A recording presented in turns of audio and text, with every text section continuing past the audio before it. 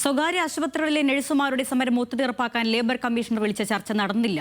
ആശുപത്രി management അധികൃതരോ trade union അംഗങ്ങളോ ചർച്ചയ്ക്കെത്തിയില്ല എന്ന് UNA സംസ്ഥാന പ്രസിഡന്റ് ജോബി ന്യൂസ് മലയാളത്തോട് പറഞ്ഞു. രാവിലെ 11 മണിക്ക് തൊഴിൽ ഭവനിൽ വെച്ചാണ് ചർച്ച നടത്താനിരുന്നത്. ഇന്ന് ഉച്ചയ്ക്ക് ഹൈക്കോടതിയിൽ കേസ് വീണ്ടും പരിഗണിക്കും.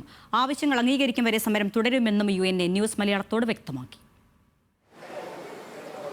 സ്വകാര്യ മേഖലയിലെ നഴ്സുമാരുടെ സമരവുമായി ബന്ധപ്പെട്ട് ഇന്ന് തൊഴിൽ വകുപ്പ് ലേബർ കമ്മീഷണർ UNA പ്രതിനിധികളുമായും മാനേജ്മെന്റ് പ്രതിനിധികളുമായും ചർച്ച നടത്തുമെന്നായിരുന്നു പുറത്തുവന്ന വാർത്തകൾ. എന്നാൽ ഇന്ന് ആ ചർച്ച നടന്നില്ല. അതിന് വ്യക്തമായ കാരണമുണ്ട്. എന്തുകൊണ്ടാണ് ഇന്നത്തെ ചർച്ച നടക്കാതെ പോയത്? തീർച്ചയായും മാനേജ്മെന്റുകളെ പ്രതിനിധീകരിച്ച് അല്ലെങ്കിൽ മാനേജ്മെന്റ് അസോസിയേഷൻ്റെ പ്രതിനിധികൾ ആരും ഇന്ന് ഇതുവരെ എത്തിച്ചേർന്നിട്ടില്ല. ലേബർ കമ്മീഷണർ വിളിച്ച ചർച്ചയിൽ ആരും എത്തിച്ചേർന്നിട്ടില്ല. അതുകൊണ്ട് തന്നെ ചർച്ചയ്ക്കുള്ള അവസരമില്ലാതിരിക്കുന്നു. ചർച്ച ഫ്ലോപ്പ് ആവുകയാണ് ചെയ്തിട്ടുള്ളത്.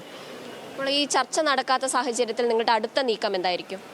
തീർച്ചയായിട്ടും സമരം ശക്തമായിട്ട് തന്നെ മുന്നോട്ട് കൊണ്ടുപോകുക എന്നുള്ളതല്ലാതെ ഞങ്ങളുടെ മുൻപിൽ വേറൊരു ഓപ്ഷൻ ഇല്ല എന്നുള്ളതാണ്. ഏറ്റവും ശക്തമായിട്ട് തന്നെ സമരം മുന്നോട്ട് കൊണ്ടുപോകുക. നമുക്കറിയാം, കോടതിയുടെ നേതൃത്വത്തിൽ മീഡിയേഷൻ ചർച്ചകൾ വയ്ക്കുകയും എന്നാലും മീഡിയേഷൻ ചർച്ചകളിൽ പോലും ഒരു നിലപാടും ഒരു തരത്തിലുള്ള സമവായത്തിനുള്ള സാധ്യതകളും ഉപയോഗപ്പെടുത്താതെയാണ് മാനേജ്മെൻറ്റുകൾ നിലകൊണ്ടത്. അപ്പോൾ ആ ഒരു സാഹചര്യത്തിൽ വീണ്ടും സമരത്തിലേക്ക് നിർബന്ധപൂർവ്വം ഇറങ്ങേണ്ട സാഹചര്യമാണ് സംഘടനയ്ക്കുണ്ടായത്.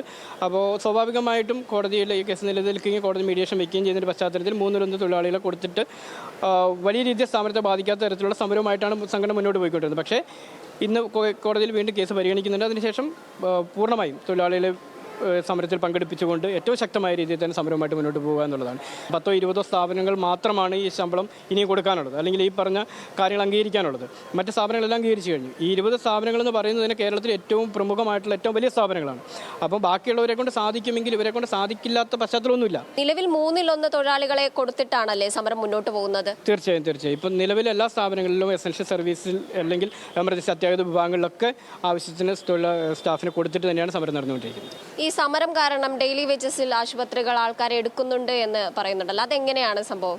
ഇപ്പോൾ ട്രെയിനിങ് സമ്പ്രദായം അങ്ങനെയൊന്നുമില്ല. ഇപ്പം ആര് വന്നാലും അവർ അക്കോമഡേറ്റ് ചെയ്യും. ഈ ഗ്യാപ്പ് ഉള്ളവരാണെങ്കിൽ അത് കുഴപ്പമില്ല. ഇവർക്കൊക്കെ ഡെയിലി ദിവസവും 2000 മുതൽ 4000 രൂപ ശമ്പളം കൊടുത്തുകൊണ്ട് അവർക്ക് വർക്ക് ചെയ്യിപ്പിക്കാൻ പറ്റുന്ന പശ്ചാത്തലമാണ് ഇപ്പോൾ ഉള്ളത്.